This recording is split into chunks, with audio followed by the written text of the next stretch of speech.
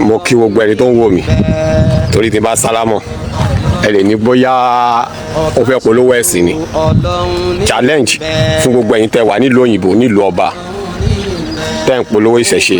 nílẹ̀ Yorùbá pé ká padà sí ẹ̀sìn àwọn bàbá wa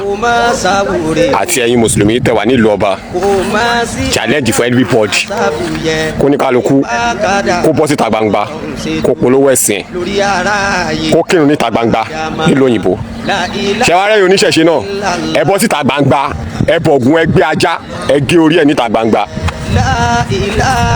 ẹ bọ Ògún ẹ mọ bá ẹ má bọ Ògún ẹ bọ orí ẹ já orí ẹyẹlé níta gbangba ẹyẹlé tó wà live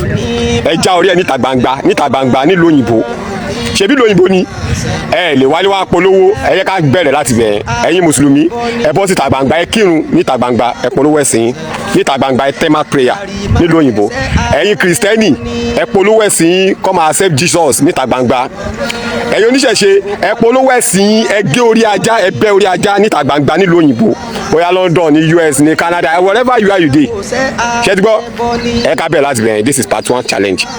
ẹ bọ́ síta gbangba nílùú òyìnbó ẹ bẹ́ orí ajá níta gbangba ẹ bọ Ògún ẹ mọ bọ́ ẹ má bọ Ògún ẹ mọ bọ́ ẹ má bọ orí ẹ bọ orí níta gbangba ẹ já orí ẹyẹlé Ògún yéé bí Ògún ṣe máa ń bọ bẹ́ẹ̀ máa ń bọ Ògún ẹ bọ gbogbo ẹ bàbá wa ní Ṣàngó bàbá wa ní Ọbàtálá gbà gbogbo yẹn ẹ ká bẹ̀rẹ̀ first challenge I expect yín o kẹ́ ṣe tẹ́ bá ti ṣe tán ẹ wá gbé síta gbangba ẹ ká rí báyìí bọ́n ọlọ́pàá ṣe wò yín live ó dàbọ̀.